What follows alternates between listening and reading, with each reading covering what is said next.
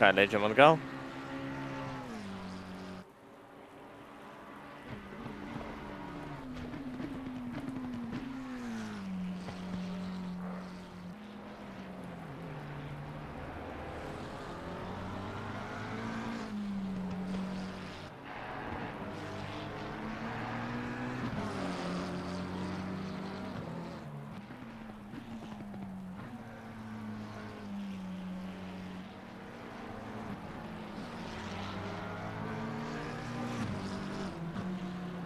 And welcome back to the second part of the race. Well, it's 2 hours to go in the race out of 12. We had to switch over just because of the limitations of the YouTube platform, but we're back now. We've seen a pit stop by the number 8, driven by Dainius Butvila. Well, Dainius Butvila took over the wheel recently. Yep. Gustas Malakauskas was driving the car before, so they made a pit stop, looks like a little bit earlier, or maybe not. Dainius Butvila is the driver who will finish this race, I'm assuming, to this strategy. Maybe they are looking at the weather forecast and try to make the best decision that they can. Rain to decrease in half an hour's time. Doesn't say stop.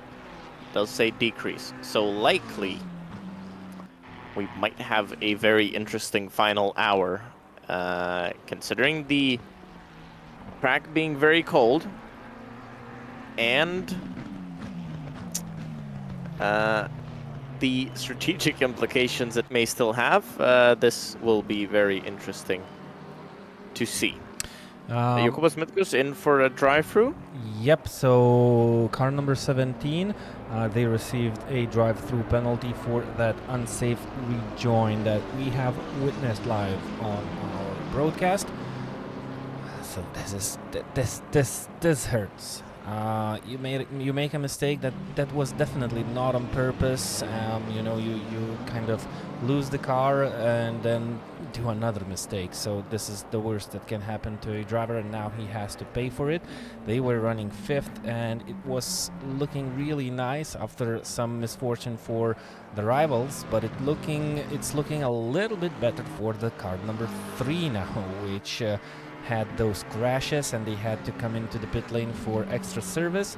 So yeah, the guys don't want to stop battling each other, so they find ways how to meet each other on the racetrack with some smaller gaps. I think Jokubas Mitkevičius will have the advantage when he will leave the pit lane. Oh, that's not a drive-through. That's not a drive-through. This is a regular pit stop. So what about that? They had 30. I think they messed up. They messed up. Oh. By the way, it's Jokubas Mitkus being chased by Mitkevičius. Yeah, but combine them both together. Actually, Mitkevičius is coming down the hill now. Jokubas Mitkus is gonna come out in front just. Oh, that stop. His penalty is now cleared. Yeah. You see that? Is that cleared? Yes. Okay, so it was a drive-through. Yep, it was a drive-through. It was not a stop-and-go. There's no stop-and-go penalty, so it was a confusion, it did say definitely. drive-through, yeah, but I think they cleared it now. I think they didn't actually stop, because you saw the car move away very quickly, so they probably stopped, hadn't shut off the engine yet, realized and went back out on track. Anyway, Mitkevičius is right behind them now. Camera is not working. Looking for a nice onboard camera from Matas Mitkevičius. This is hot. 1 hour and 45 minutes of race remaining. I think both of the drivers are on similar pace. Both of the drivers drive identical vehicles. Jokubas Mitkus running a little bit wide. There's your pressure, almost losing the back end in the middle of Pohun, or how do you call it recently? Double gush. Double gush. But to the outside of the pit path, they're gonna try a little bit wide from Mitkus once again. He's trying to hold on to the inside there. Ooh, slight movement on the back of the car, but Midkus looks to have held on, at least for now. This is intense for both of the drivers, one of them having more fun, the other a little bit less. Is always being the outside. Yep. This is going to be very, very intense. To the outside goes Matas Mitskadžius. He does do the smart thing and lift off. You're probably not going to make it too wide for Blanchimont in the dry. Definitely not in what is almost monsoon-like conditions on track here. Especially and not he's with the now lost. Especially not with the GT3 cars, which don't have that much of downforce. No, you'd probably have to take a spaceship here to make it too wide in the wet. I don't think you'd even make it in a Formula 1 car. Not in the wet, definitely. Can in the dry, not in the wet. Yep, it has been made in the dry in Formula 1, definitely. It's been made in GT3s. We've seen it today even as well. Yeah. Oh, I've just seen somebody go off at Lecombe, but continued on without too many issues. Mitskadžius is actually now losing time. Oh, big wiggle there. I like watching the onboards now because I want to see where that rain, where those puddles are developing. 10 minutes of rain increasing still. I'm not too sure the teams are super happy about that, but part of the challenge. It's another 10 minutes of more and more rain, the track getting more and more wet, and at the same time more and more puddles forming, more and more difficulties for the drivers. Lap time still quick, 29.6 by Jan Nims last time round.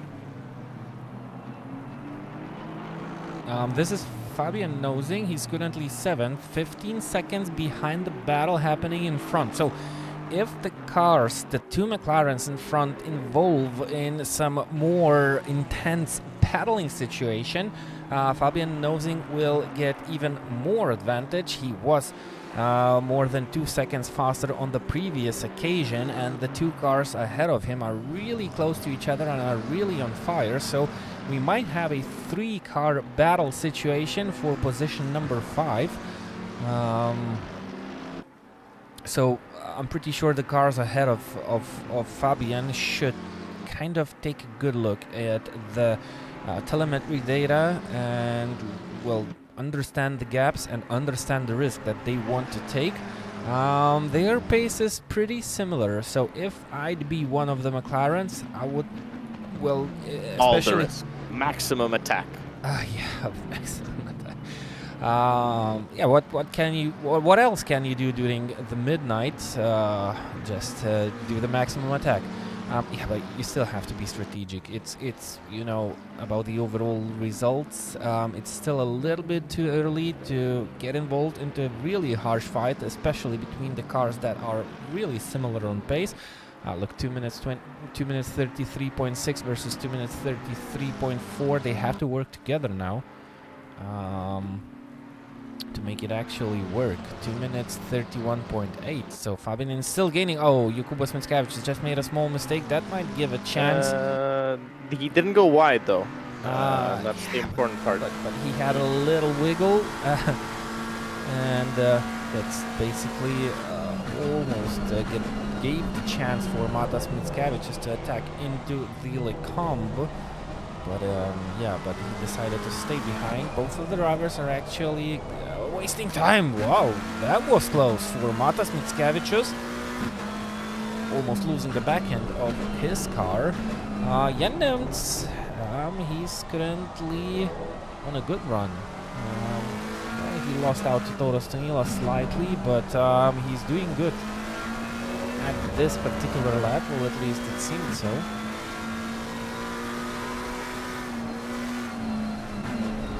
Well, Jan Nims doesn't need to, and those who have big gaps don't need to push too much. The only people that do need to push are the ones in direct battles. What's now interesting, that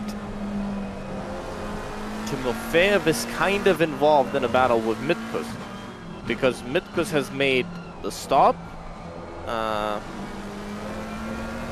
and could, in theory, run to the end.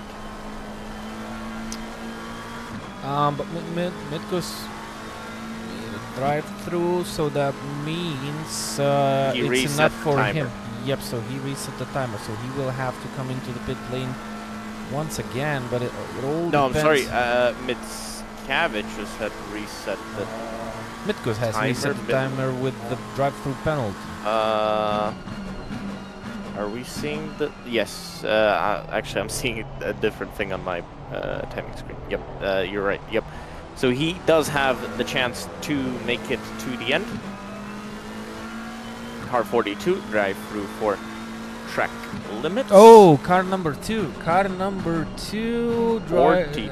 Warning. 42. I'm sorry, it's already late. I almost thought, well, the car number 2, that's the Dream to Drive, Yes, they received a warning.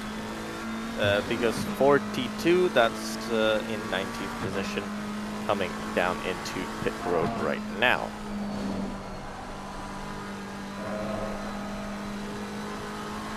I mean, even if car 2 had that penalty, it wouldn't really affect their race too much. All it would do is make life a bit easier for Jan Nims, but that would not pull Danis Butula into a battle. Oh, Jokubas Mitkus running wide and deep into the Lecombe, opening the door wide for Matas Mitskavicius. So Jokubas didn't like the pressure that Matas Mitskavicius was building up. Both of the drivers are similar age, actually. Both of them are Lithuanians, and I know both of them, and personally, actually. So these are young drivers. I'm pretty sure are still learning to cope with the pressure. Jokubas Mitkus, another mistake. He has to calm down right now because the battle is still not over. Matas Mitskavicius was not the only driver who was chasing him down. Matas and Jokubas, both drivers are 16 years of age. Doing a really decent job, and they are currently still in the process of learning about racing, about driving cars, and both of them are doing actually really good for their teams. Those small mistakes are here to be learned from. A lot of fast drivers, they start from something, and that means that the fastest drivers on the platform right now, we're not the fastest drivers back in the day. You have to build up your career, you have to work for it. That's why these races are present. Good to see these drivers battling. So yeah, Jokubas Mitkus is now 6 seconds behind Matas Mitskavicius and 11 seconds ahead Fabian Nosing. He has to keep up. I am seeing a drop in lap times. Well, an increase in lap times. I think the track conditions are getting worse, and just watching the onboards of the cars, it does quite look like everybody's struggling just a little bit.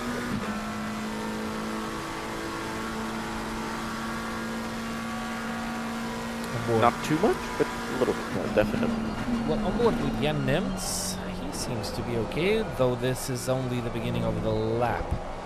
He's currently 3/10 up. I mean, these guys they're doing fine. They're not going to run into too many issues. But Lopez spun around from 9th position, and he's exploring the outskirts of the circuit. Wonder what happened to him.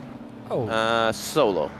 Yep. Yeah. So this is what I'm talking about. Now we're starting to see mistakes, not from contacts, but more from drivers aquaplaning off the track. Jan Nims knows where the puddles are. Doros Danila knows where the puddles are. But track conditions stay not getting rainy. better. Yep, and it's not working. Not getting better. We're looking at rain decreasing in half an hour.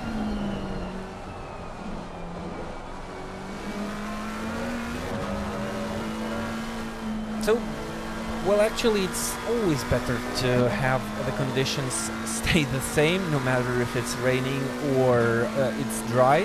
It's always the most difficult part of the race when the conditions are constantly changing, but that makes the racing much more interesting. So for the next half an hour, conditions the same. This is okay because the drivers will make pit stops. Matas Mickiewicz, I think he's in trouble. Yep. He just spun around, or whatever happened to this driver, car number 3. Let's take a quick look at the replay. That's not Matas Mickiewicz. Okay, I think the system go crazy again. We will try to catch him. No, well, he had. Oh yeah, he spun on his own. Yep. Well, as soon as you approach another car in front of you, you lose a little bit of front end grip, and that sends the car understeering, which usually can end up in oversteer if the driver makes some wrong small moves with the wheel.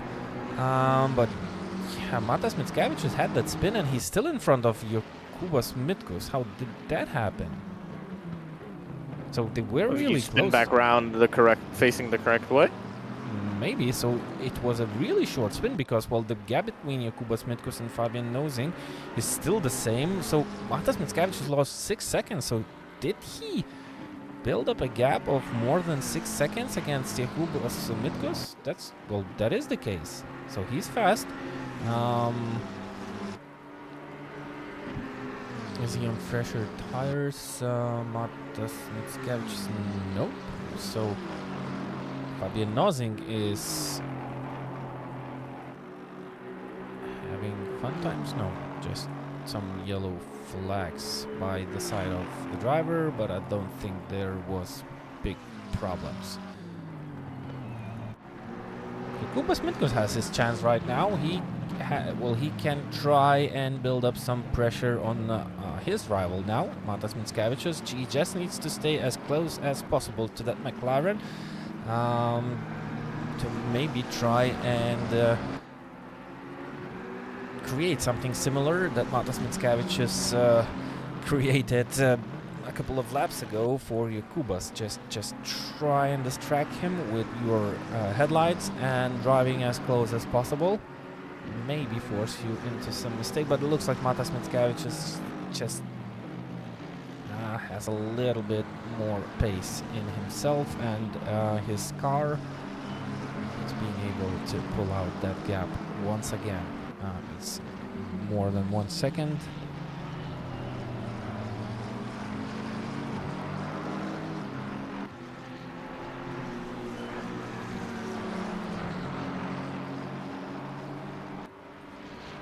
So no big changes predicted for further 30 minutes in the weather department. So the drivers have to keep focused and try to do the best of their job.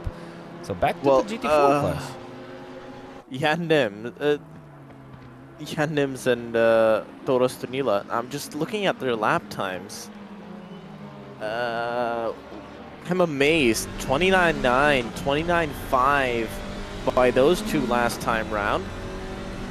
The next car, which is Danish Wutvila, who's no slouch. Oh, Jan Nims going wide. Nope, not too wide. Just missed the apex. Danish Wutvila, 32.2. It's almost a 3-second difference. Timofeyev, 31.5. No one else is into the 29s, bar those two drivers. They're really pushing. I'm sure they're enjoying it, but they're taking risks. In these conditions, they're taking risks, and I keep an eye out on Jan Nims' on board now. You can hear when the car starts aquaplaning on the parts of the track where there are more puddles. Sometimes feels scary, but it looks like Jan Nims knows how and where those puddles are and how and where to control the car. So very impressive driving by those two. Toros Tunila dips down below the 29s and into the 1-minute 30s, but Cristignani still leads the GT4 class. They've led for what seems like around about 10 hours now. At least 8. Yeah, looks like we only have 4 GT4s now running around the Spa-Francorchamps circuit on the final hours. So 2 GT4s are already out, the latest of them being the AD Infinitum GT4. They were driving a McLaren. International racing team are currently enjoying the healthy lead that they have. I think they are 2 laps ahead of their nearest rival, so this is only like trying to stay on the racetrack and reach the finish line to take the highest step on the podium.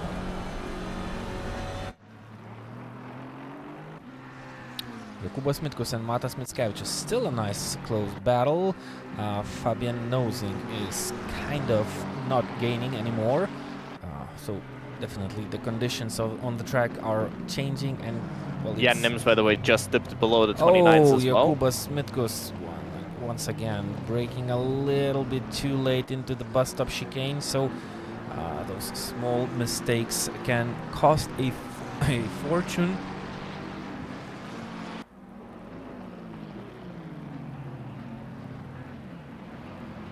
Oh, and now he's a little bit too early into the braking zone, and he was tapped by the car behind. Now you have to stay stationary. That's really close. Jokūbas Mitkus had 1 penalty for unsafe rejoin of the racetrack. He and was now close on Fabian that one. Nosing has gotten in front. Yep. Oh, and what did Jokūbas Mitkus do here, or was there something he had to do different?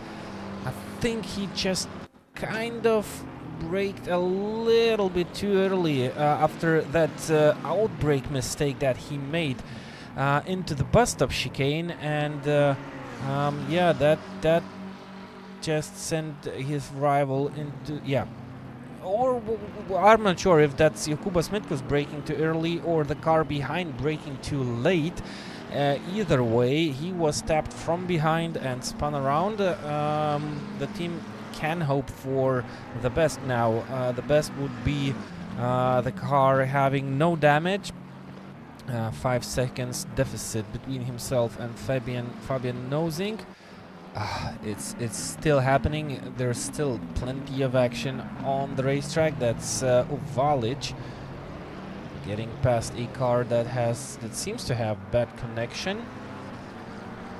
Not sure what the car is. A bright McLaren going in strange ways around the corners.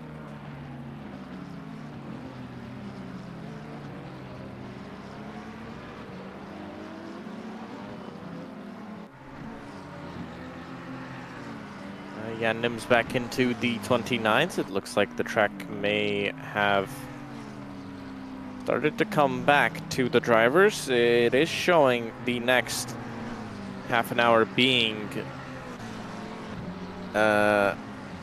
getting better. It says it's going to get better in 10 minutes. It's going to get better in half an hour by just a little bit. But it's still going to be wet.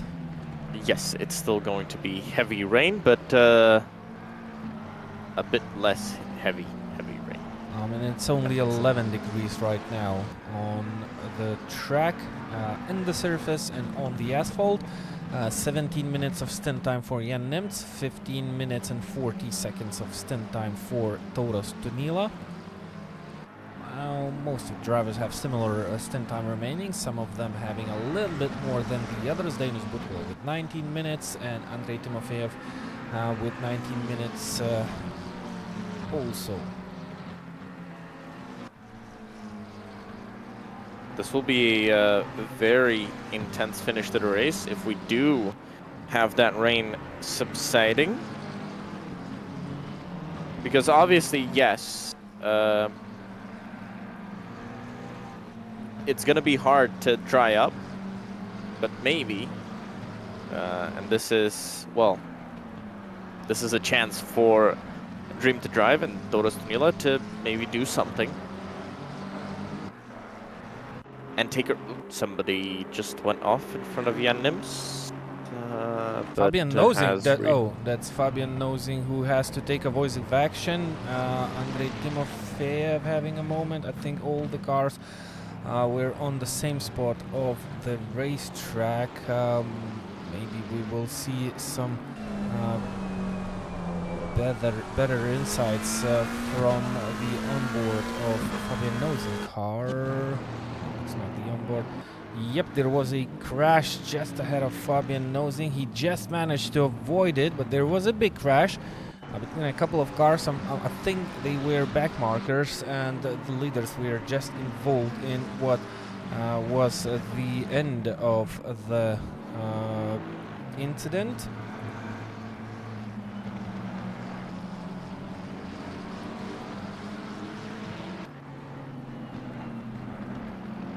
Actually a different incident from what I saw, but yeah, my incident didn't involve as many cars. Did you have an incident with those Grimbergers? I had, sure I had an incident at some point, but it's a lot of stuff happening out on track.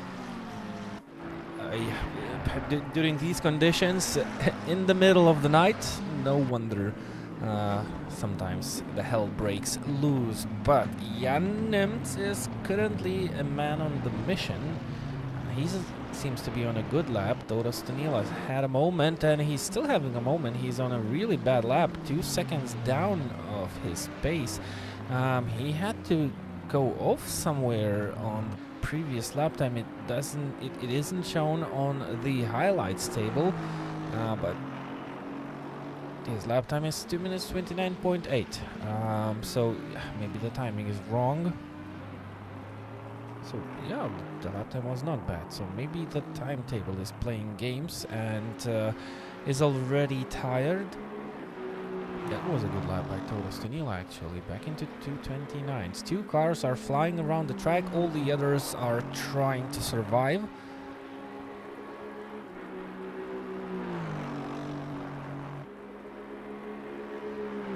Yeah, it's very much the story of the race for the last half hour. How long has it been raining? Oh, I half think, hour. well, yeah, roughly for half an hour.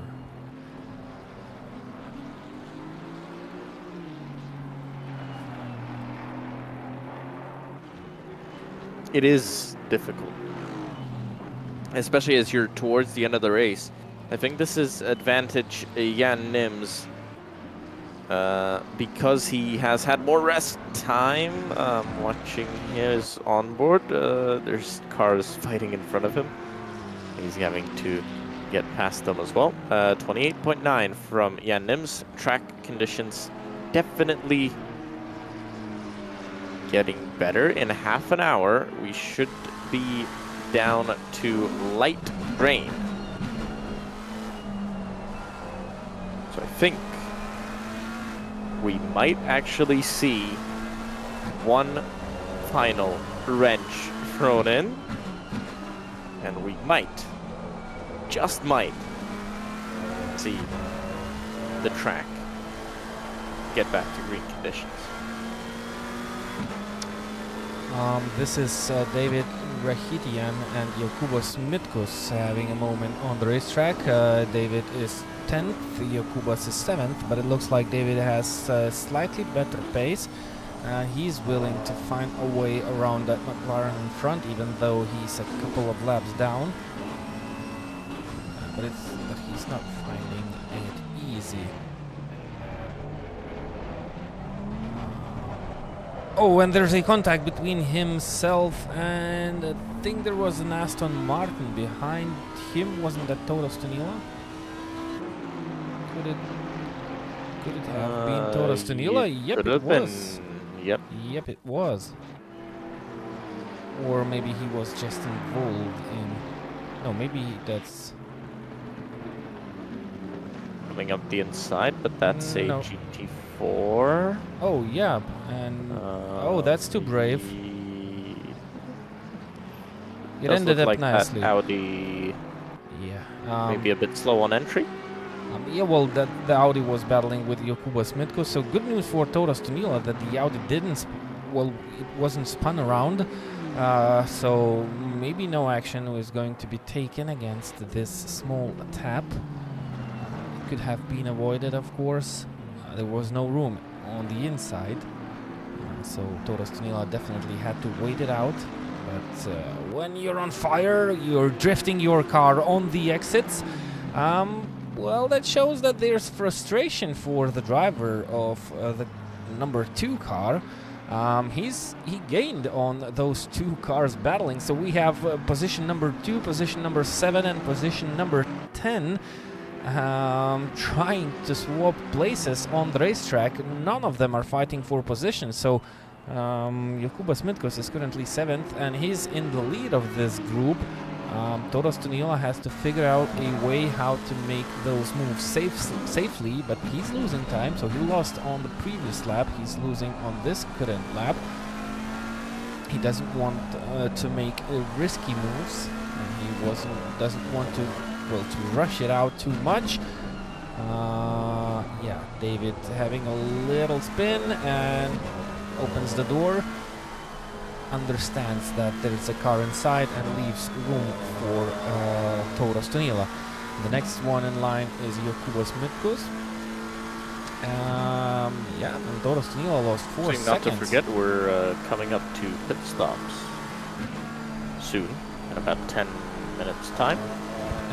And Toros Tunila was gaining time throughout all his stint, and now he lost it. Jokūbas Mitkos letting through both of the cars and waits out till he can get back on the throttle. But yeah, the biggest loser in this situation is Toros Tunila, so 2 minutes 30.6. The previous lap was 2 minutes 32. So in 2 laps, Toros Tunila has lost 5 seconds, and that's a lot. Yeah, but he's not really losing that much. I mean, you've had Jan Nims be in similar situations. This is all going to come down to if the track dries up, who makes the right call at the right time. Yep. And this will be all that will matter. So 8 minutes for Jan Nims, 7 minutes for Toros Tunila of the stint time. And we have 1 hour and 17 minutes. So should you extend your stint to as much as possible, or should you pit for new tires? Well, that doesn't make a huge difference now, actually. That will not create any situation that might change the gap drastically. Well, not with this pit stop, but it might play a difference if the weather decides to become better, and well, if the time for slick tires would come. You still wouldn't do it. It still wouldn't make a difference. Because you have to do the, you have to reset the stint timer at the end anyway. Yeah, so not a lot of chances to be foreseen at this stage for some position swaps, at least not in the top 3 leaderboard. No, there's definitely not many possibilities now. It's, well, for Jan Nims, it's all about keeping it clean, keeping the car going, not doing anything silly or out of the ordinary. For Toros Tunila, well, he's got to hope for some more adverse weather, some more changeable conditions. Maybe, just maybe, he might be able to find some extra time.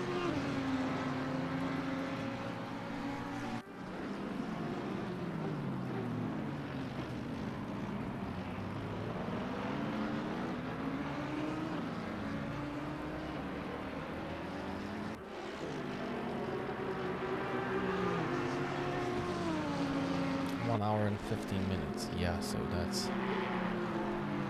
definitely not the amount of time anyone chasing down the other car would love to have. Oh, that's really dangerous. David is kind of on the go, and he just passed 2 cars down one straight with a slightly risky move, but that was a GT4 car, so he had to take the chance. So he kind of made, will put 2 wheels on the grass for a short moment of time. Luckily, it did held perfectly on the track. Shikshnalis into the pit lane. You know, if he's feeling good, feeling comfortable in the car, it's normal to take those risks. I'm pretty sure. It really is. Yeah, I'm pretty sure the drivers, they are not sitting in real cars, but all of them can feel the cars underneath them. After driving for so many hours, you kind of become virtually one together with the car that you are driving, and I'm pretty sure the drivers can feel quite a lot from those cars in these conditions after such a huge experience that they had this whole afternoon, evening, and during the night. That's why they are kind of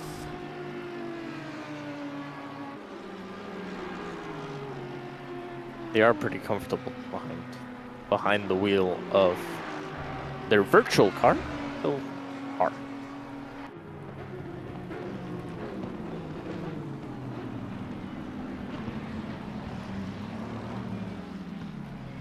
Doros Danila onto pit road.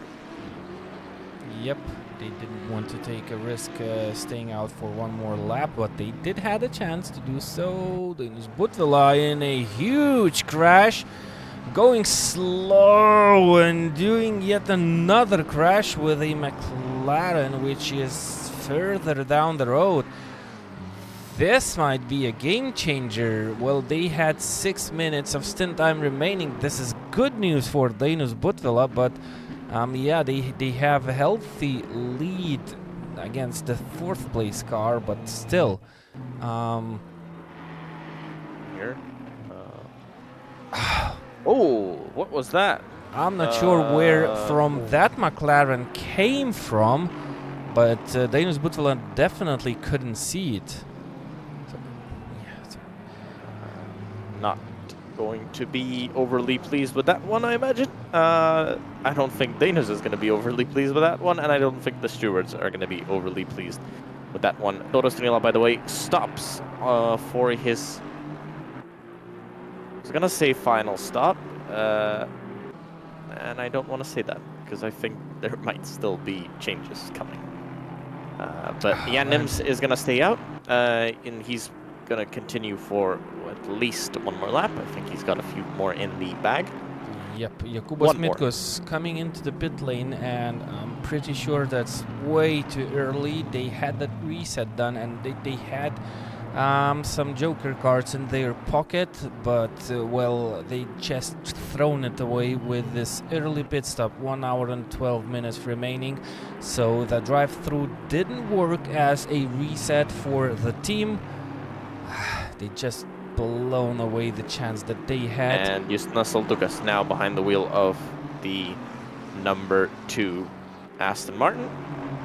Yeah, hopefully the pedals are in a good shape, and they will work well for the driver of the Dream to Drive team, because he had some problems earlier.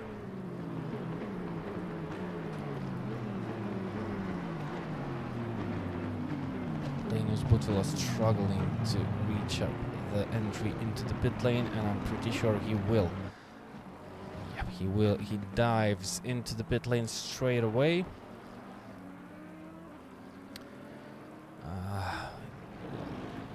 They had 4 minutes on the clock, which is well, that wouldn't. Well, maybe that would have helped. But it would have been tight. So anyways, Dainus Butvila didn't have the privilege to stay on the racetrack with the damaged car. He had to come into the pit lane. Though they have healthy amount of lead against Andrei Timofeyev, no matter what the pace is, they should still probably feel as safe as possible to hold off that third position, even with all those troubles that they have faced during this race. Jan Nimtz, oh, they try it all. This is the team that extended the stint to as much as possible, and they will enter the pit lane with 30 seconds on the clock. That's not helping out for the team, and they also will have to reset the timer. I'm pretty sure about it.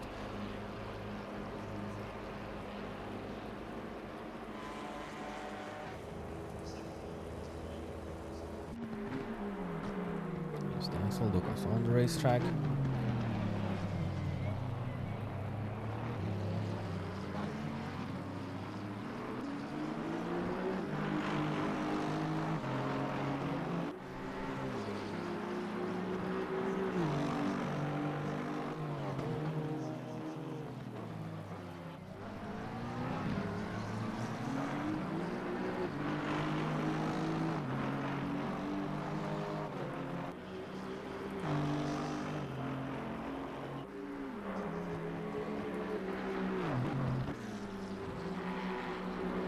Nobody. One final twist in this race. In half an hour's time, the rain will stop. We'll have about 40 minutes to go until the checkered flag. And, well, this will be one final shot for our drivers.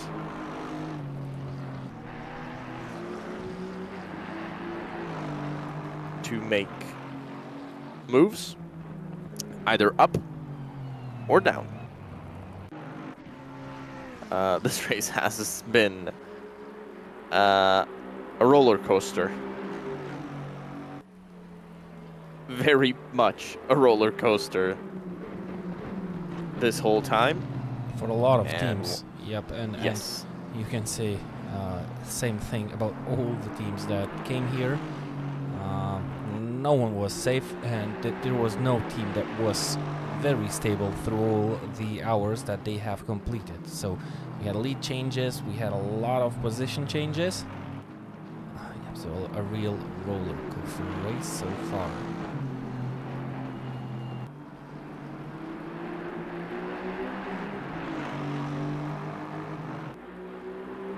So Jan Nim is back on the racetrack. Let's wait it out and see what the gap is between Jan Nims and Stanisław Lukas, but well, it's definitely the battle over for the lead, at least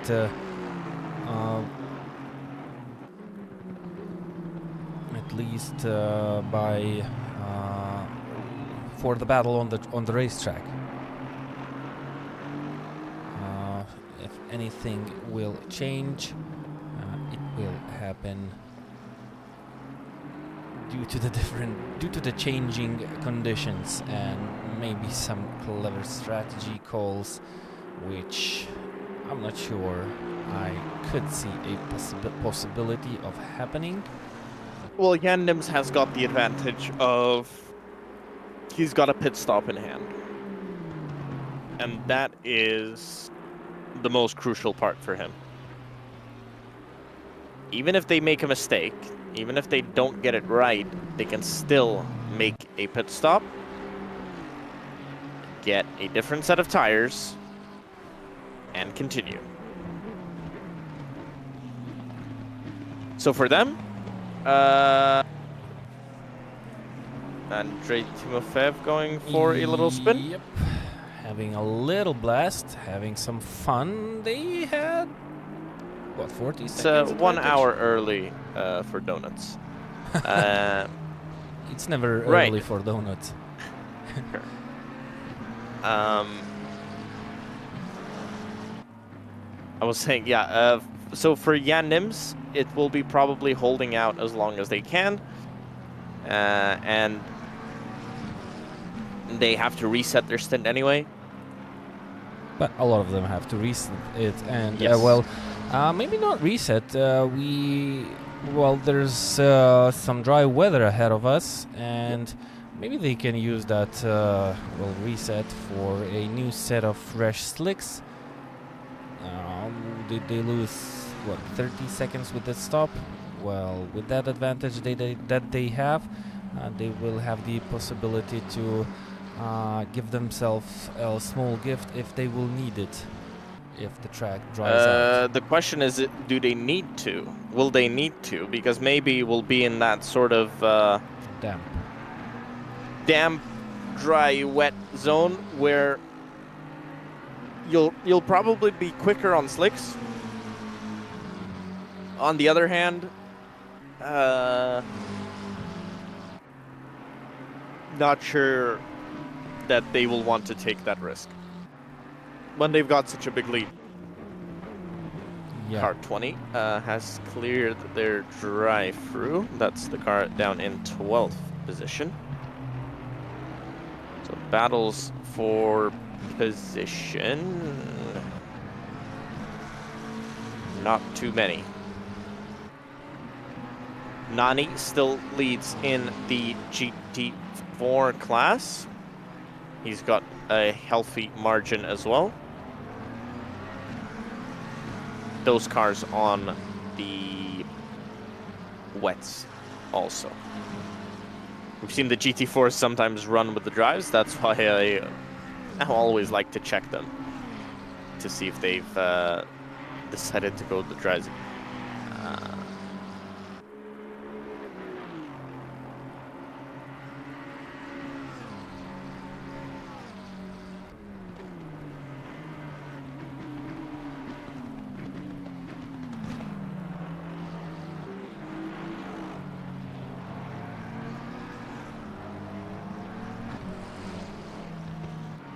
Mickiewicz entered the pit lane. They had the longest stint time remaining out of the leaders. That means they will not have to reset anything. They are safe to go up until the end of this race. Did they have to pit now? Yep, the stint time was 3 minutes on the clock. Car number 3. Right. Yes, I was looking. The other car was highlighted. Yes, you're right. That's a bit worrying for them. They don't have that choice for slicks then towards the end. Well, they do have the choice, but that will just cost them time. Yes. It will all depend on the weather, when it will stop raining, and if the track will dry out. If it will remain damp, then they're good. They are currently, we have to wait a little bit to see. Well, they are still in the pit lane, so they are way off from P4. Even the reset will not help them, the reset from their rivals. Car number 15, driven by Leonard Hildeford. Lap 253, so that's going to be close between Matas Mickiewicz and car number 15. That's the boats. Where did they come from suddenly?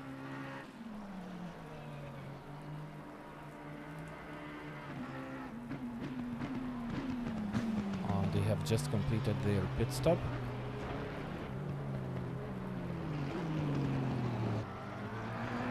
Oh yeah, that's Nosing. That's the same car. Okay, I'm getting already tired. That's the same Aston Martin that Fabian Nosing was driving, so we're always there. Drive-through penalty for 47. Who's? Oh, that's a car much further back. Yeah, that's B32 miles.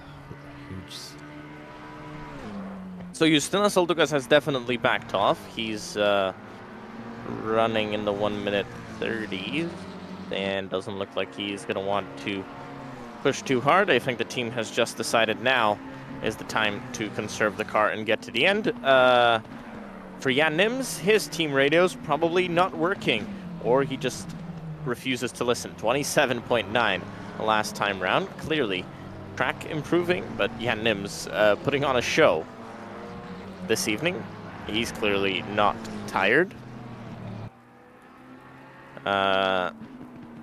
One thing that will probably not change this race is the fastest race lap. That was completed by the Dream to Drive junior team.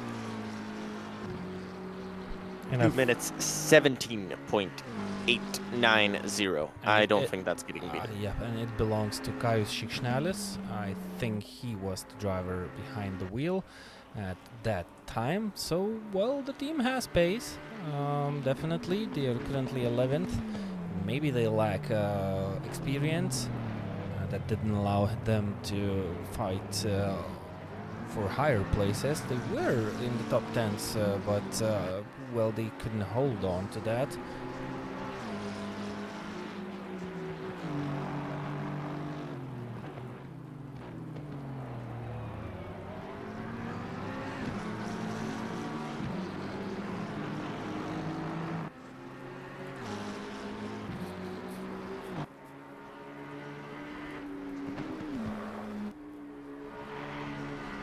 What else do we have on board to offer?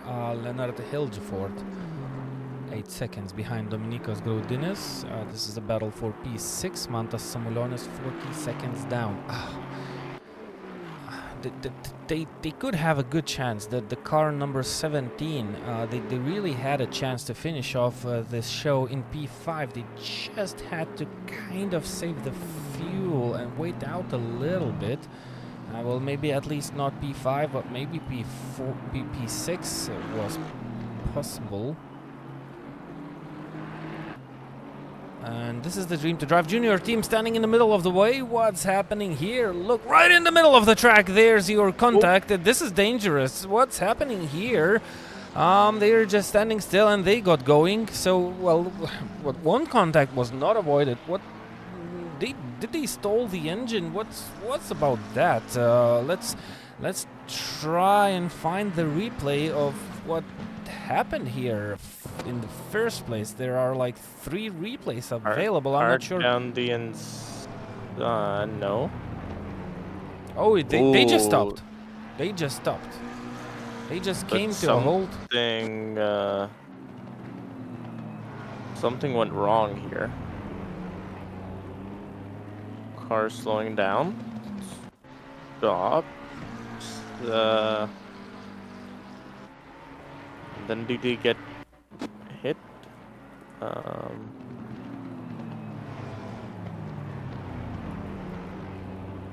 This should be a longer replay. I think they get hit afterwards. Yep, there was one small hit with the GT4 car, Ginetta, and they got going again. Yep, that raises a lot of questions. I'm going to guess the monitor shut off. Maybe. Because they just slowed down and stopped next to the road. Mantas Samulionis is facing the wrong direction. Yep. Oh, a lot of time will be lost here and he has to wait it out. Try to face the car in the right direction. Well, beautifully done. Yeah. Beautiful 180 spin that he did there. And safe. It's always not early for some donuts. Let's try and catch up with this moment. Running a little bit wide, forcing the car. I think there was a contact with the barriers. There had to be a contact with the barriers. But this so the question is not the first time we've seen this. So, from multiple cars. There's it looks like a puddle there on the exit, and struggles.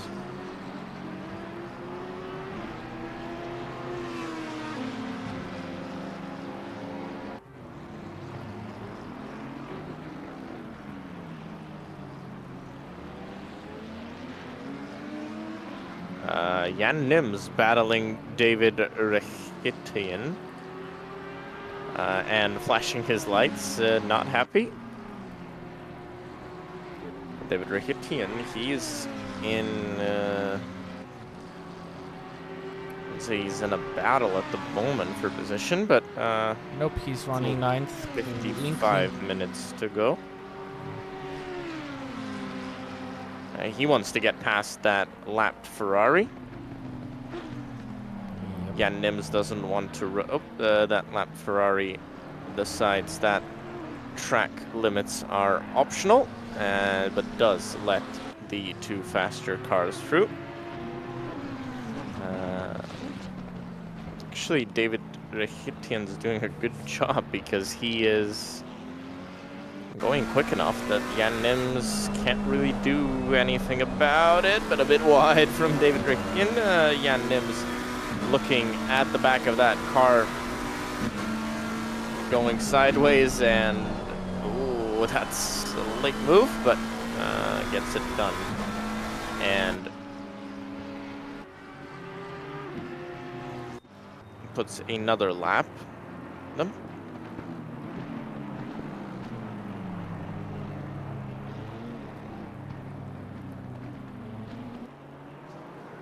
What is Julius Adamowicz just up to? Was yellow, but was probably just traffic. They're another one of those cars that really had an up and down race. They've had struggles, they've had good moments, and it's very much ebbed and flowed the whole way. Yeah, 3:22. This is a really slow lap for car number 11, even with the pit stop. Yeah, maybe that's a lap with the pit stop. That's drive-through. I think I saw 11 drive-through. Could be. That's possible.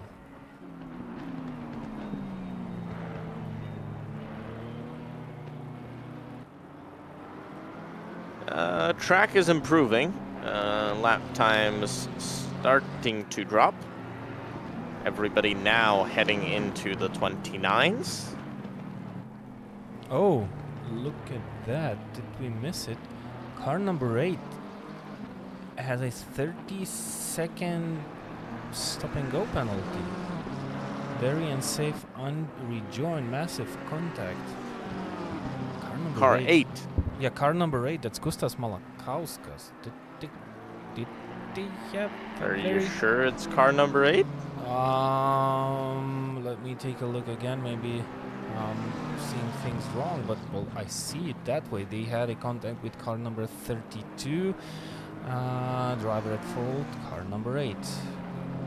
Wasn't it the other way around? It's just before the car 8. I remember it differently. I think car 8 was the victim. I just saw 32 complete their penalty cleared. Yeah, but I'm looking at the penalty table that the stewards share with us. It's either they're tired or we're tired. Yeah. Both, likely. Yep, they are tired, exactly. They just heard our conversation and it has been fixed. Yeah, because I remember it clearly. It was not the number 8 that had that very unsafe rejoin. Sorry, yeah. No problem. We helped you spot your small mistakes. It happens. Everyone gets tired. It's really late, especially in our time, or actually early in the morning. So it's a lot of place for the mistakes to happen. Well, the 30-second penalty would have changed a lot for car number 8. They would have definitely lost in 3rd place. So good that it was a mistake. If they actually issued it correctly in sim, they just made the mistake. Yeah. In the table, right. In the table.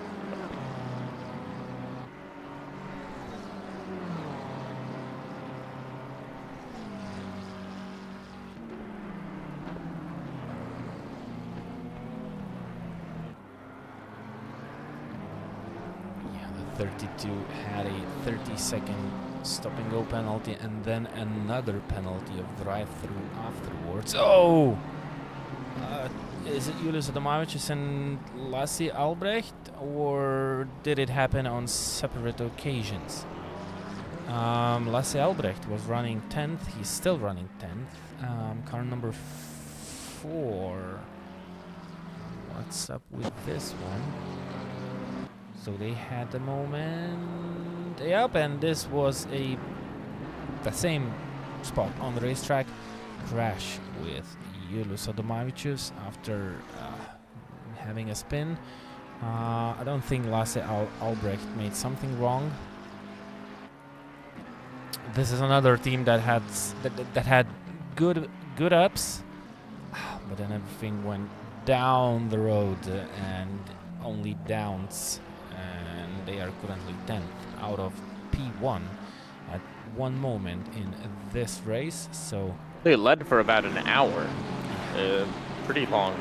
Pretty long time that they led the race. They really had a good strategical. Dominikas Graudinis and Leonard Helgefort, they are separated only by 3.5 seconds, and they are in one of the hugest traffics that was present recently. So Dominikas Graudinis managed to go around the traffic. Look at what's ahead. It's like a race start, a new fresh start for the Grand Prix. 48 minutes remaining, and yeah, hard life ahead of Leonard Hilgefort. Let's stick around with this car. Cleared some traffic ahead. Rain should be stopping in about 10 minutes time.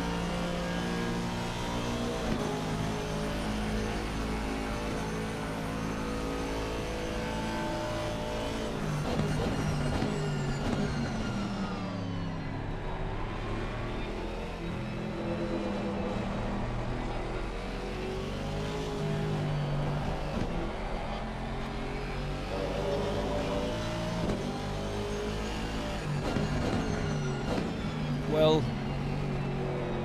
usually you can hope for more action when the rain starts from the dry rather than rain stops and well, the track dries out, especially with 47 minutes of race remaining. Oh, that was close. Leonard Hilgefort almost misses out. The driver who went out of his way, it looked like the driver lifted off slightly, which was not expected. Thankfully, it ended safely. There's likely more chance of action in terms of on track when it's going from dry to wet. When it's going from wet to dry, there's more chance of strategic action. Timofeev spun round. He's facing the wrong direction somewhere on the circuit. He's at the pith path.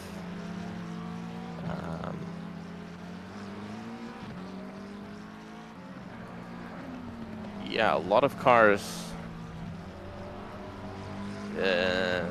choosing to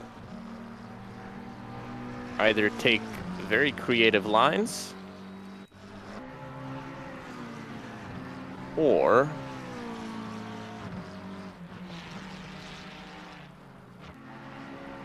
just have fun on the racetrack towards the end of the race. Or just making mistakes. Milan Radivojevic, 2.4 seconds behind Mantas Somulonis. This is the battle for P7. Both of the cars will have to make that reset. So both of them on the same strategy. This is another battle. So, well, car number 17 was in P4 at one moment in this race. From that moment on, they kind of started slowly dropping positions. First to fifth, then a couple of more places. Now they lose to drop out of the top 7. Radivojevic 1.8. By the way, both of the cars are identical in livery. Someone's off the track once again. One of the back markers enjoying a ride, and there's another car off the racetrack. It could be the same car, no? No, this is another spot on the track. So the back markers have started the celebrations early, trying to discover different things found on the surroundings of the track itself. And well, these two McLarens will have a really nice battle. And it looks like Milan Radivojevic feeling a little bit more confident. This is another car that had ups and downs. Do we have a car that didn't have ups and downs? We maybe have cars that had... Number 10. The number 10 didn't have downs. They kind of... They had a couple of downs, but not big ones. Only the ones that were caused by strategy. My different strategy. Oh, down the inside. That's actually Mantas Samulonis covering up the inside and still staying ahead of Radivojevic. But I think that's a closed case. Radivojevic has much more speed in the car, and there's still plenty of time remaining. The back marker missing the braking point badly, almost taking out both of the cars battling. I think Radivojevic touched Yep. Samulonis. I really like that they have chosen the same livery. It really makes it amazing for us watching, especially when you see the cars side by side in the night. And you know exactly who is trying to make the move. Yeah, that's fifth. Car number 5 versus car number 17. Trying to decide which will finish this race ahead. Mantas Samulonis is doing a decent job in defending, but I don't see any possibilities for him to stick up with that till the end of this race, unless mistakes will happen. But on raw pace, Milan Radivojevic has to basically wait it out and find the perfect moment to just snatch that position. Of course, not in to blanch him on, but bus stop chicane is the perfect place to achieve it. Struggling with grip on the high-speed corners. Samulonis is making the car outside Radivojevic. And he's gonna try and stay on the inside there. Yes, Samulonis gave him enough space. Yeah, this is how you make the move into the bus stop chicane, and you know, it's always a question when you approach the bus stop chicane and try to cover up your spot. What side you have to cover up while under braking? Because if you cover up the outside, you leave the inside open for the driver to get in, but then you have the inside for the next part of the corner, and vice versa. If you cover up the inside, you leave the outside. If you're smart, you'll cover the inside for the first right, and then get on the power early enough to close the opportunity of somebody staying with you on the outside. Maybe, but well, sometimes, you know, someone who is staying outside is smart enough also to get back on the power early also and take that inside line into the final You see the corner. one on the outside, he's gonna go off the track. He's gonna go 4 wheels out. And at that point, you can fully close the door. Car 3-2, they've gotten a drive-through for abuse of track limits. This is something that's different in the world of sim racing, that during the night they actually see whether you've been playing around with the track limits. Normally in real life, unless they're using the new systems with sensors or cameras. If it is just judges of fact on the exit of turns, they will most likely not see track limit infringements during the night. But since this is virtual racing, who's off? That's Dominikas Graudinis. Yep, and like he's being chased down by Lennart Hilgeford. Gap down to 2 seconds. Hilgeford. And the rain has stopped. That's Justinas Soldukas right behind Dominikas Graudinis, and the next Aston Martin behind is Lennart.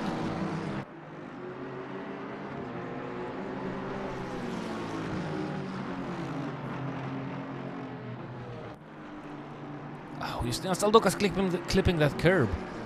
Keep it together.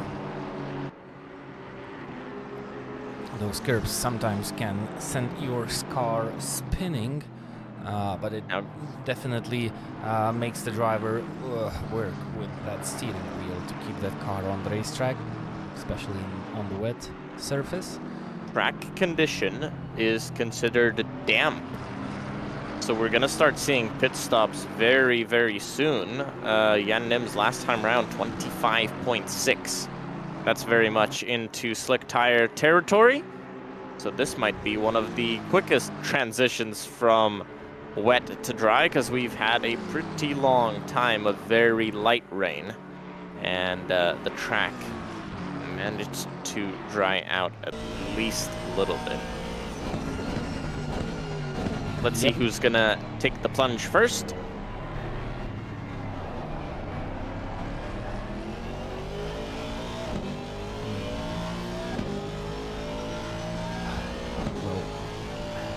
Justin Saldokas could try out some interesting moves. He might try to get into the pit lane early, but I don't see any positive outcomes of such early stops onto the slicks, so basically this late into the race. There is a car off. That is car number 48. They're running towards the rear. Jan Nim's 26-1 last time round. Let's see who... I'm sure someone's going to make the choice to come down onto pit road. And it's still slippery. Justin Saldokas has quite a lot of work, especially when he hits those curbs. The car is moving around. By the way, in GT4s, they're all set in terms of driving time. Nani is leading by quite a bit, around half a lap in front of Abdelhadi. Car 21 receives its third warning and dust drive-through, who is car 21. That's Gigic down in 17th.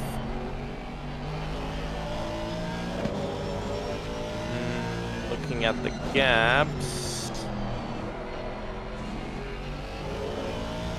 I guess if I was Samulonis or Hilgefort, I'd be making stops earlier to maybe try to find something here. Maybe Samulonis would end up being really close to David Rehitian if he'd stopped. I'd also, if I was Justin Saldokas, I'd also try to get down onto pit road as soon as possible.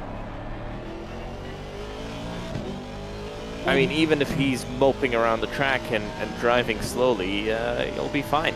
I mean, he won't lose the position behind.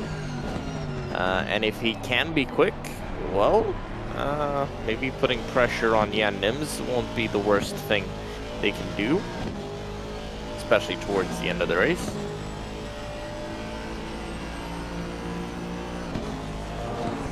They have to stop anyway. I mean, they don't have an option of not coming down pit road. But they have an option to not stop. They have an option to just make that drive through the pit lane to reset the timer. Oh, Justin Saldokas going wide. Yep. Yep. So it's still too early for those slicks.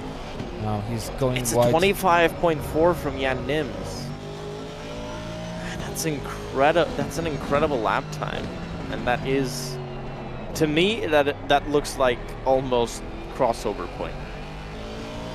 Yep, Rehidin in P9 entering the pit lane. I'm pretty sure it's for the slicks, and he needs to do something because Mantas Simulonis was 120 seconds ahead. So maybe that doesn't change anything actually. But they have to. I mean, if you, as Rakitin, can force somebody else to make a pit stop as well, well, you know, you're putting them under pressure, might make a mistake.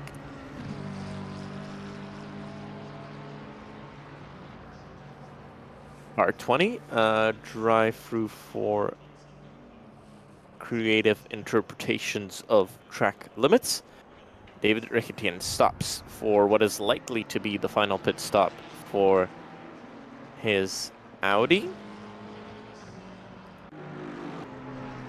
I'll keep an eye out on what tires are going to be put on that car, if any. Well, there are going to be tires on the car, but I mean, if there's a tire change incoming, might leave them without. Hopefully they don't forget to put some tires on that car. At least something. Well, they were running 9. Dry tires. Rakitin on dries. Let's see how that car will perform. The first car to go on to slicks.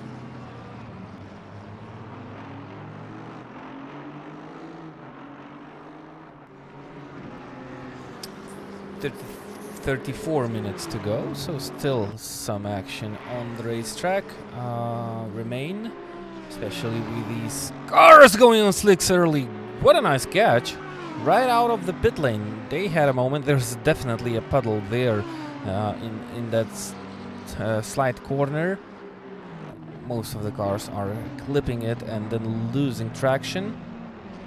And I think Rakitin went onto the track straight in front of Dominikas Graudinis. Dominikas is, well, quite fast. He's definitely faster than Justinas Valdukas, so it's going to be a really interesting reference to see how those slicks are working. They will not work at the beginning of the stint, definitely. They need to pick up temperature, and the track is damp, so it's going to take a little bit of time. But the question is how the car will behave when it dries out a little bit more.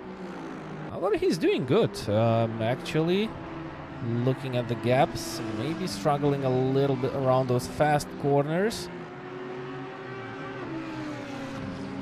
And Dominikas Graudinis is still in the battle for P5. Well, he needs to defend it because Lennart is still right on the tail of that McLaren. 3 seconds separating them, and yeah, well, David decides to give him room and not be a part of this battle.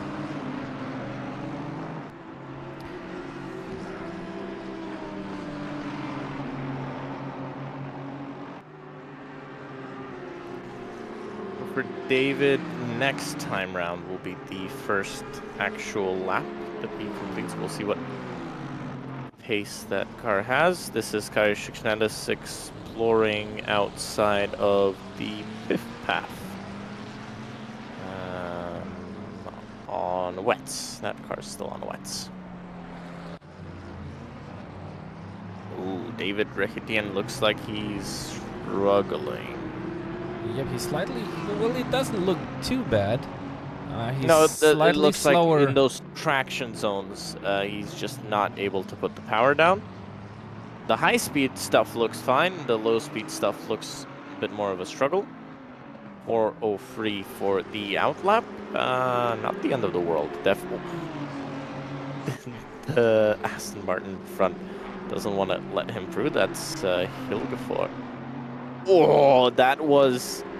I'm watching the onboard of Rakitin, and I just saw him go sideways in the middle of Radion. That was tight. I'm not sure anybody else watching his onboard really wants to put their driver on the slicks at the moment. We'll see how quick can he be. It does look like that car is still struggling a little bit too much, but the track should come to him. And if they're able to get temperature in the tires somehow, they'll be in the best seat in the house once the track actually does dry up to that level that they want. Mantas Samuelanos lost a bit of lap time last time round, 29.4.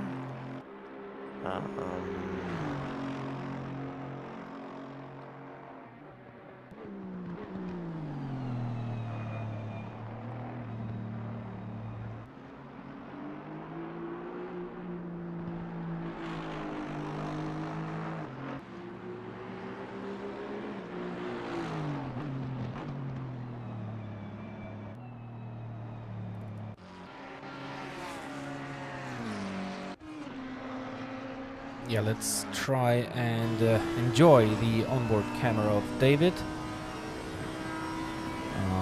Currently the single car on slicks. Oh, and actually, he's in the battle. Oh, Justinas Saldukas, does he have a moment? Is it big? No. Let's see. Albrecht, 2.3 seconds behind David Rechitin.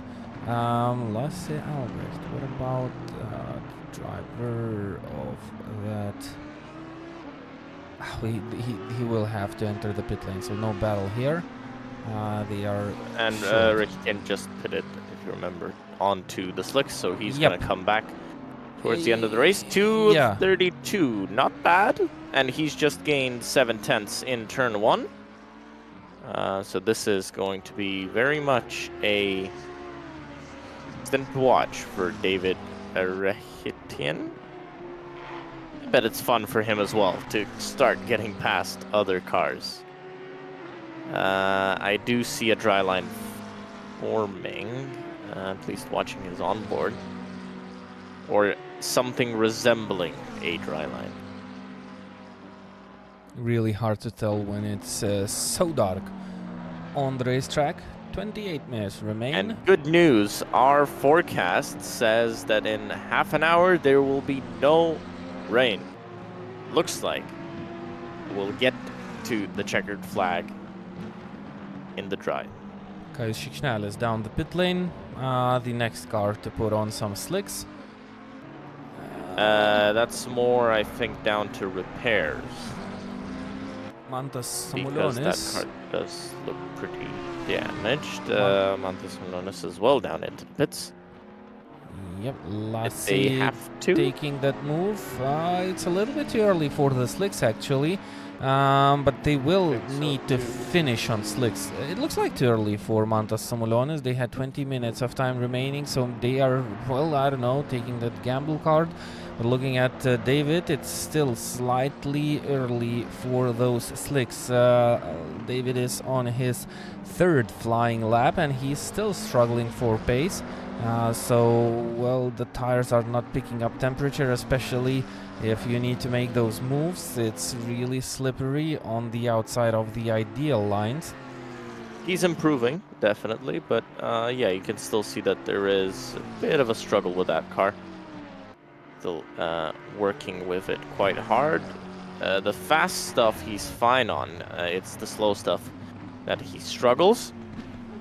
And there are still a few puddles that kind of throw the car around and cool your tires. That Justinas Saldukas into the pit lane, and there's more cars entering the pits. Justinas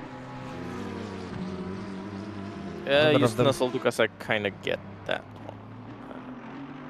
Yeah, you don't have anything to lose unless you think that you risk too much when putting on those slicks in these conditions. But I think it's drivable. Yep. Kaj's on slicks and car repaired. I think Mantas Samulonis will take the same decision. Justinas Saldukas should take the same decision as well, but yeah, we'll see. Yeah, he would definitely will. And but Jan Nims now puts a lap on them. Maybe they'll put Toras Tunila or Lurinas Rasmussen for the end. Car 48 disqualified for speeding in the pit lane. So another one of the very heavy offenders. They missed just a tiny bit to reach the finish line. 25 minutes. How the driver and how the team needs to feel entering the 12-hour event. Well, racing not in the top spots, but still doing that race. And there you go, 25 minutes till the finish line, and you've been disqualified.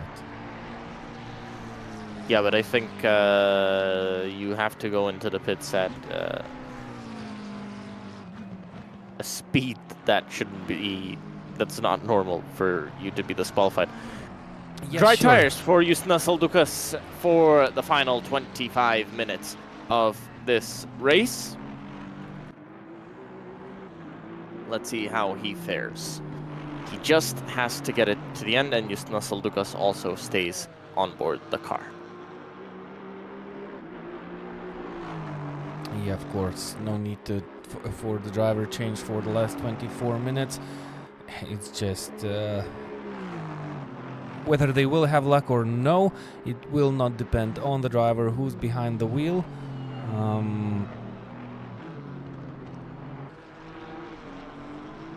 You can put the fastest driver behind the wheel of this Aston Martin with 25 minutes of race remaining. He will not be able to do anything on the racetrack without the help of others or of bad luck or good luck.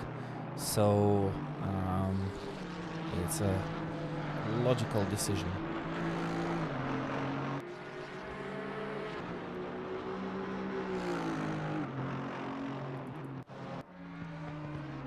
The track will dry out when, well, almost towards the end of the race.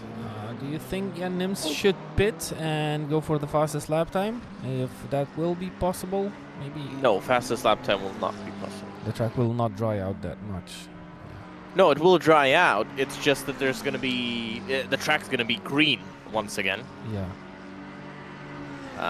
And I don't think he's going to be able to set the fastest lap. At least seeing how long it normally took until cars were able to set fastest laps, yeah, I don't think there's enough time. But you never know. Jan Nims is superhuman sometimes, it seems.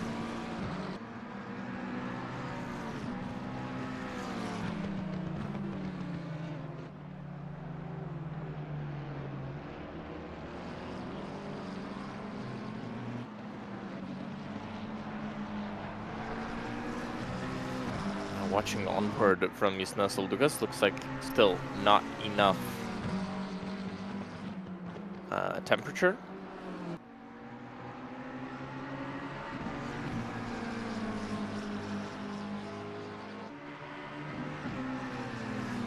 It's going to take time, yeah, to build up the temperature, of course.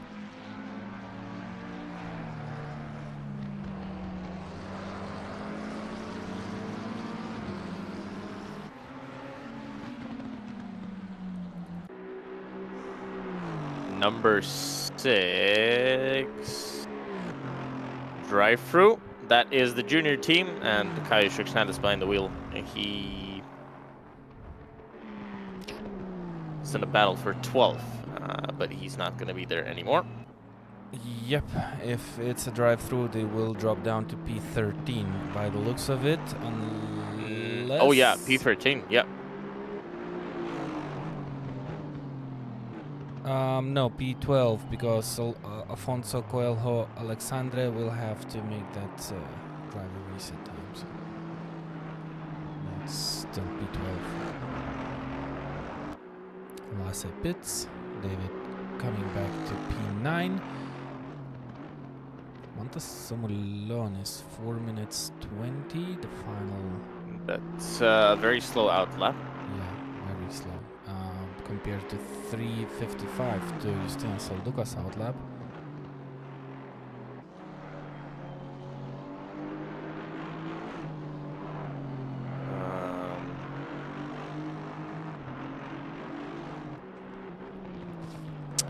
What else is on the table? So a couple of pit stops left for the drivers to at least reset the driver time.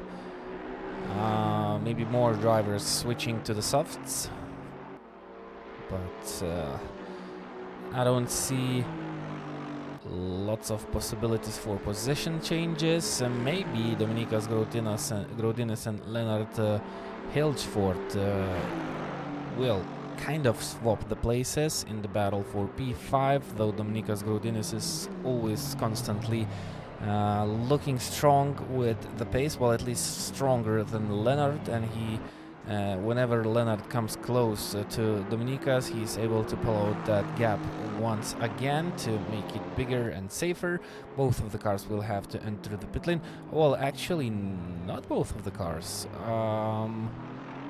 Dominikas Grodinis, no, he needs to simply finish off this round. And he's actually 90, is he 90 seconds? No, he's 150 seconds behind Andrei Timofeyev. So he's safe on that also. So Andrei will remain fourth. Lasse is rejoining the track after the pit stop.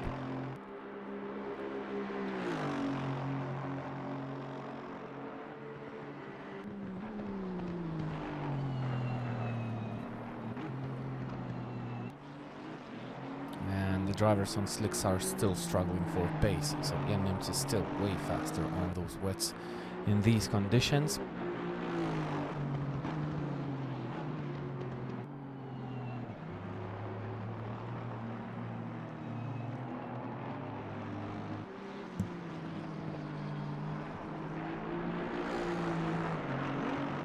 Maybe Jennings will not even change tires towards the end. Yep, there's no need to. Well, he can do that, but no special need to change the tires. Actually, I think the track will dry up enough that he'll just change them when he needs to reset the stint timer. Because looking at the onboards, it does look pretty dry in places. It should get drier.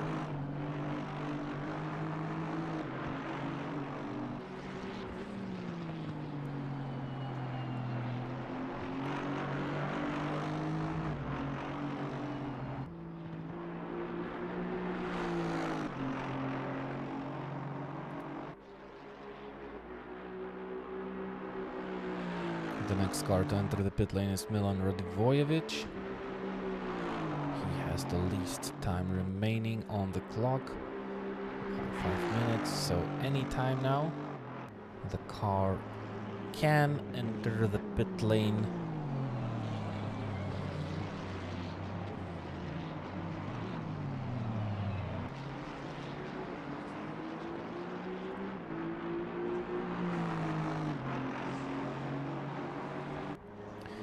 Minutes 27.9. The lap time on starting slicks. to improve. Yep. Yep, starting to improve.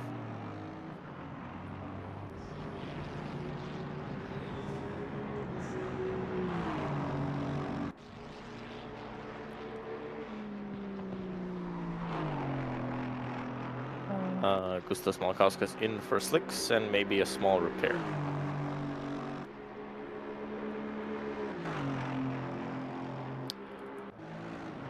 Lasse Albrecht. Is he back into the pit lane? Is he? He is. I think he just... no. No. Oh no, that's no, his he final did. pit stop. No, 11. Yep, Wait, he did. 11:40. Yeah, he did. He's on dries. Why is he? Does he not have enough fuel in the car?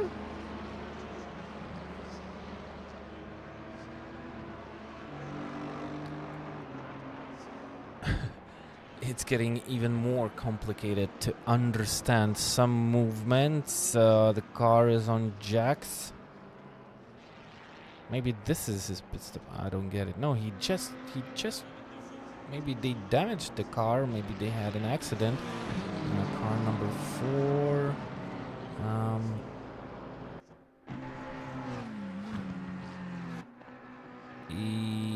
They had a moment, but they kept it together.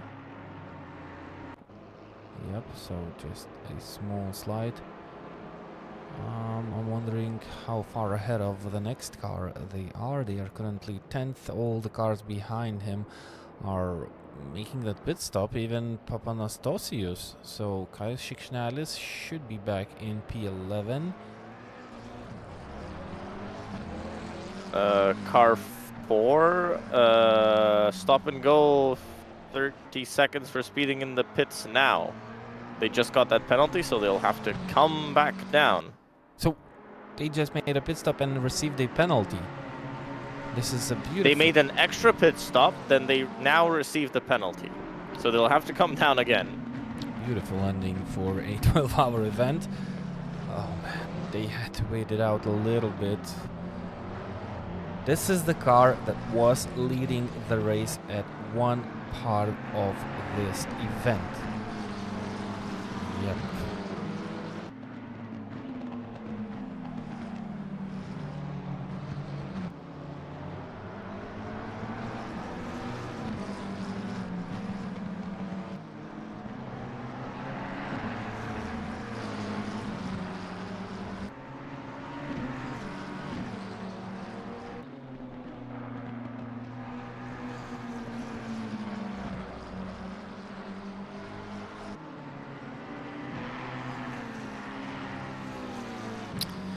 Yep, that got us out of shape a little bit.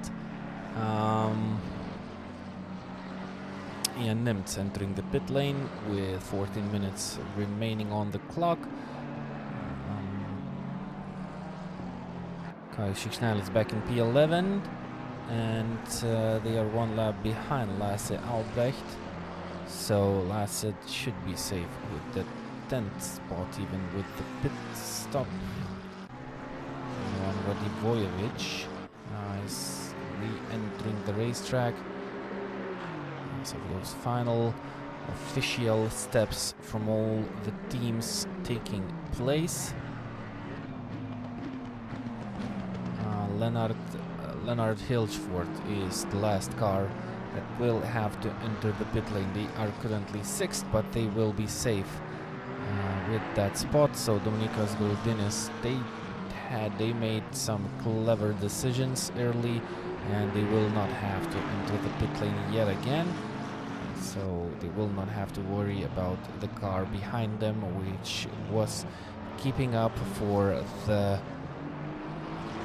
long time towards the end of this event, and maybe making the life a little bit difficult.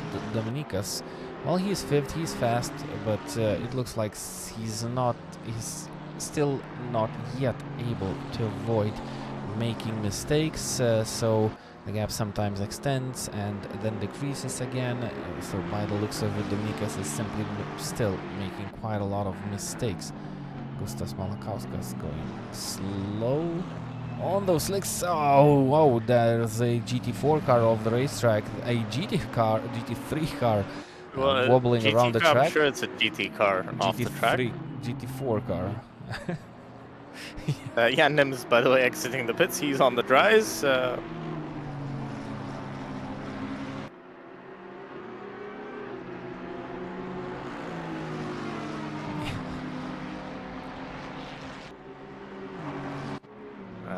Will he try for a fastest lap? No, the track is still pretty damp. I don't think he'll have a chance of doing that.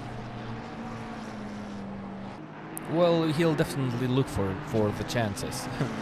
I think that he will try to put in a fast lap, though he doesn't need to do so at all. Healthy lead, great race so far. But we've seen misfortunes. He'll get forward back down pit road from P6 and doing his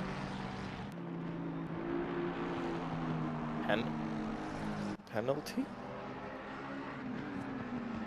No, that was the driver reset time. They didn't have enough time to finish off this race, so they had to enter the pit lane just before the time runs out. Oh, Albrecht got that penalty. Albrecht got that. Yep, right. Albrecht got that penalty, and he already completed it. Hilgefort, will they change tires? They're still on the wets. How big of a gap they have behind? They've got Radivojevic, who's quite far behind, so I think they will probably take the plunge. Or not. No, they just came in to reset the timer. They're going to continue on with the race.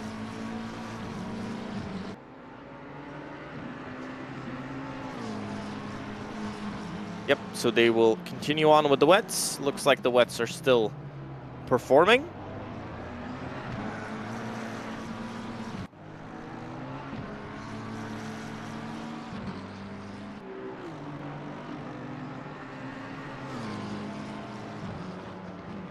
and we're basically 10 minutes from seeing the fireworks being launched in the air.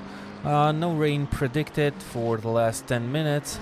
Most of the cars are on slicks, some of the cars are still on wet weather tires. Both of the tires actually do the work at this moment, and any tire choice should be fine to finish off this event safely. Though we've seen some teams doing a lot of pit stops in the last 20 minutes, especially car number 4. I think they just love to greet the team and the mechanics in the pit lane. That's why they chose to kind of make a lot of entrances towards the end of the race.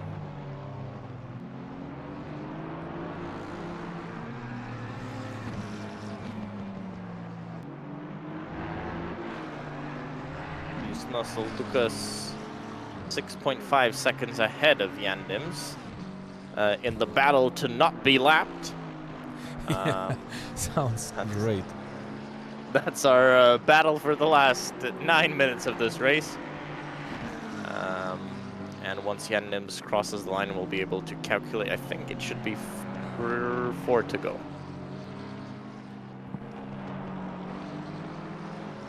No rush. No rush for Jan Nims. He doesn't need to push. Unless he wants to have all the cars lapped. Because Justinas Soldukas is pushing enough. I'm looking at his onboard and he's using up the track. And sometimes it's even more of it. A little bit too much, yeah. Yeah. 2 minutes 26 was the last time that Justinas completed.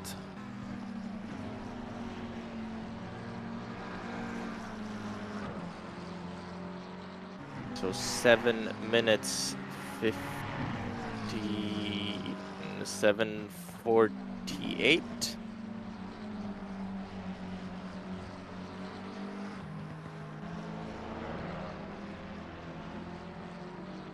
We might actually be with 3 to go.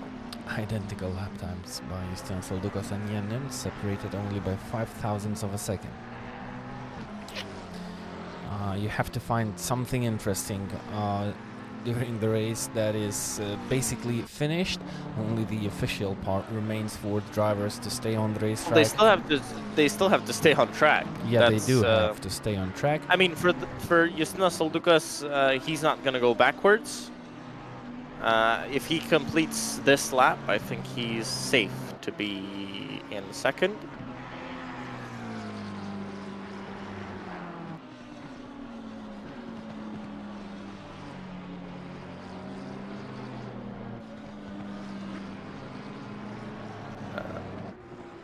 One of the more exciting and dynamic races we've had on the World Sim Series platform. It's been weather changes all the way. Jan Nims continuing to push and improve.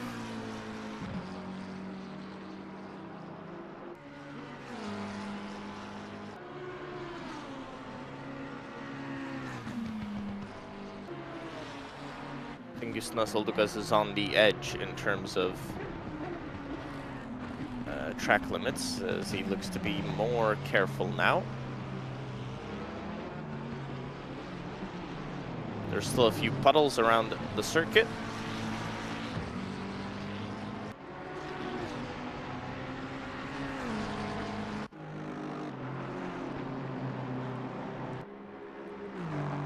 Another off track for Justinas Soldukas. The question is, if he's not gaining time, he's not getting the penalty for that, by the way. So,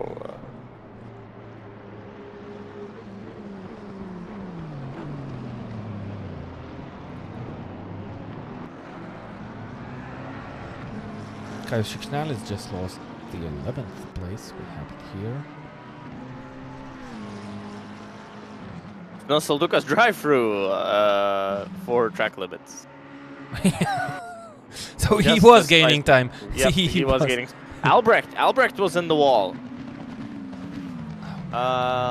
Is he within shot of losing a place? 50 seconds. Kaya Shiksnalis Yep, this is the participating replay. in another incident. Yep. Oh, this is a replay, but Yep.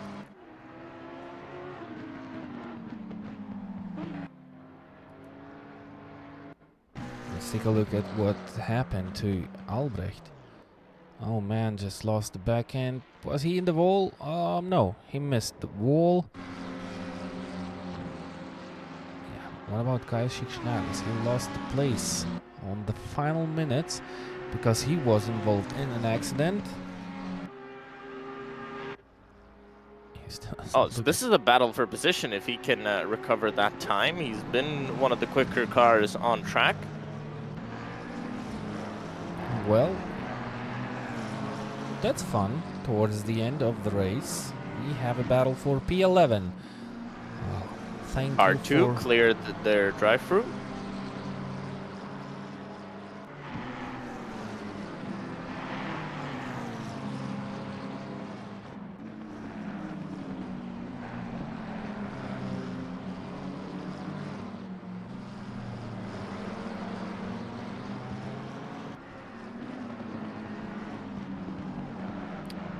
Right on the tail, still plenty of time. Yep, Kaius Schnalis definitely has the pace. What about the willingness and the fighting spirit in that BMW of Christos Papanosius? It's gone. He just made a mistake, slid off the racetrack, and let Kaius Schnalis back through into P11. The battle is still not over, but who knows? There are a couple of cars ahead. Not sure what they are doing, whether they're fighting for position or just having fun. But I think both of these cars were the ones that Kaius Shikshnadis was involved in that crash earlier.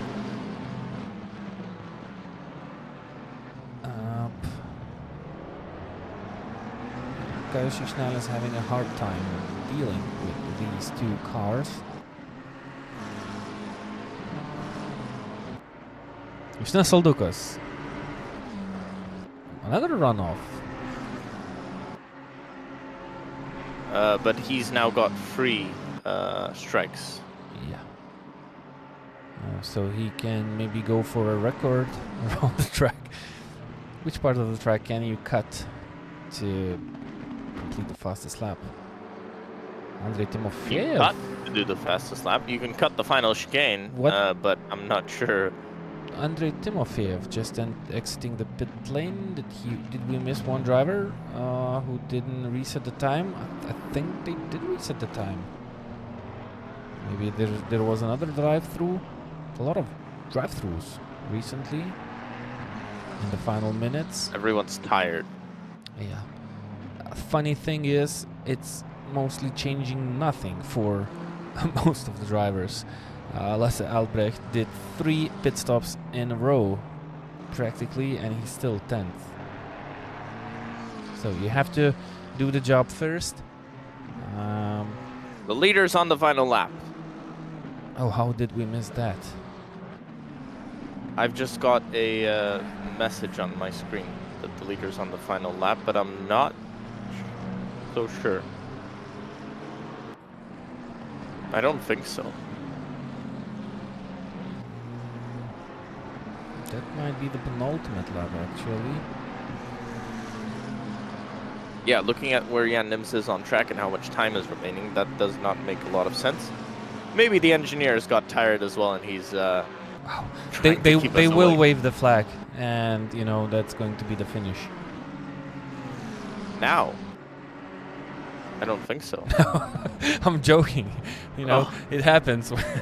It has been done before, but of course they don't finish the race, even though the checkered flag is being waved 1 lap too early. And no, it does. It does finish because the checkered flag finishes the race. 1 more to go for Jan Nims. Final lap now. Message received. I didn't get the message, but sure. Final lap. Yeah. We know it's final lap. I've heard someone saying that it's the final lap. Maybe it's just the voices in your head. You're too tired. Yep, highly possible with so much hours on the clock right now. Lasse Albrecht having another go to try and maybe destroy those barriers. I'm not sure, but he's really tired. It looks like the driver is basically lost out on the racetrack. Imagine what it is like in those 24-hour races. We are talking about tiredness, but it's only 12 hours since the start. There are 24 Normally hours. in 24-hour races, you'll have longer stints and more rest time. 12-hour races are more sprints. 26 drive-through for ignoring driver stint time. 1 drive-through for ignoring driver stint time. But, yeah. A lot of ignorance happening on the racetrack on the end of the race. Yeah, why? Maybe the penalty will cost less time. Is it possible? I'm not sure. I don't know what the penalty is. I think it's a drive-through.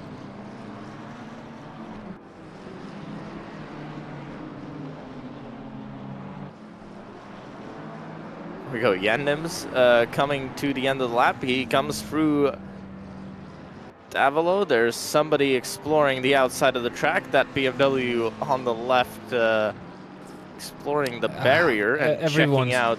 There's a lot of strength yeah, a lot of guys trying out the strength of the barriers.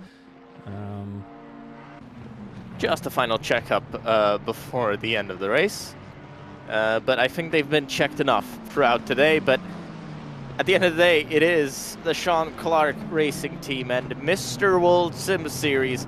This man has pretty much won everything you can win. Jan Nims wins with Sean Clark Racing, the 12 hours of Spa here on the World Sim Series platform.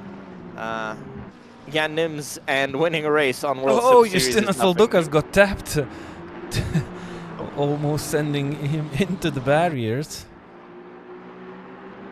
He's still to see the checkered flag and finish the race. It was close.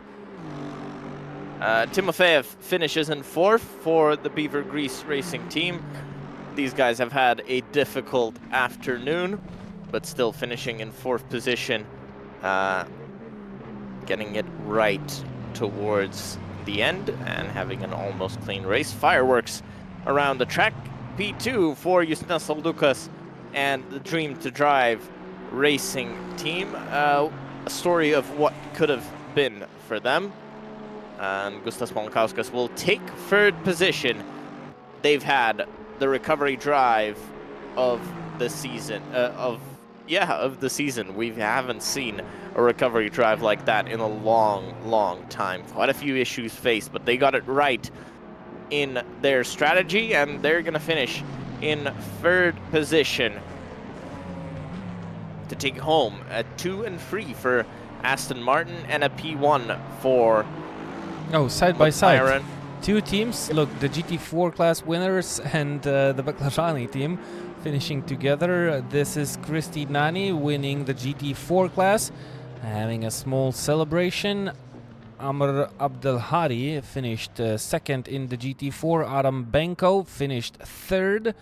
And these are your top 3 of the GT4 class.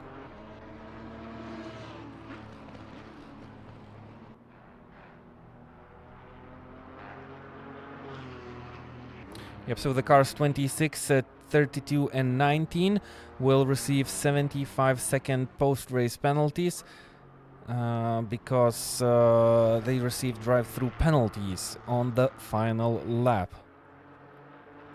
Stewards say that there were roughly 15 contacts on the final 2 laps of this race. What about that? What about dynamic like this of the 12 hours of Spa? An intense race, definitely. Yeah. Very intense. It's been fun. It's been a unique experience with the weather changing every minute almost, and strategic calls having to be made by the teams at every point in this race. Thank you, Lorinas, for being with me this whole time. And thank you to the staff at World Sim Series for running these events. If you want to join, head on over to worldsimseries.com and get signed up for the next special event or any of the weekly events that World Sim Series runs. Yeah, thanks, Gustas. It's always a pleasure to witness races like these together with you. Sometimes have those difficult moments understanding the action on the racetrack, especially some decisions of the drivers, and then finally figuring out.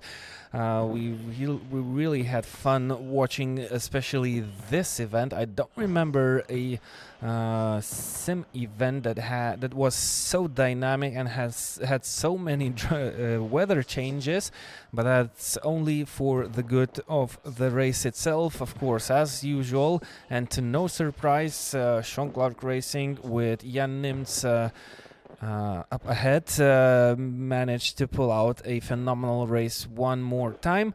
And as Gustas already mentioned, if you want to get involved in racing like this, just hop over to the worldsimseries.com.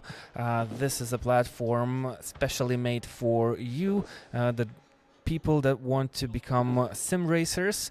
It has lots of features on the table to offer. So don't wait no more and just go there and find it out by yourself. Official results of this race are also available on the webpage and of course on the social media. So if you're not following up, it's right the time to do that. So yeah, I think it's enough of words, enough of talking. The race is over, so let's finish off with the high note and yeah, go home and get some sleep.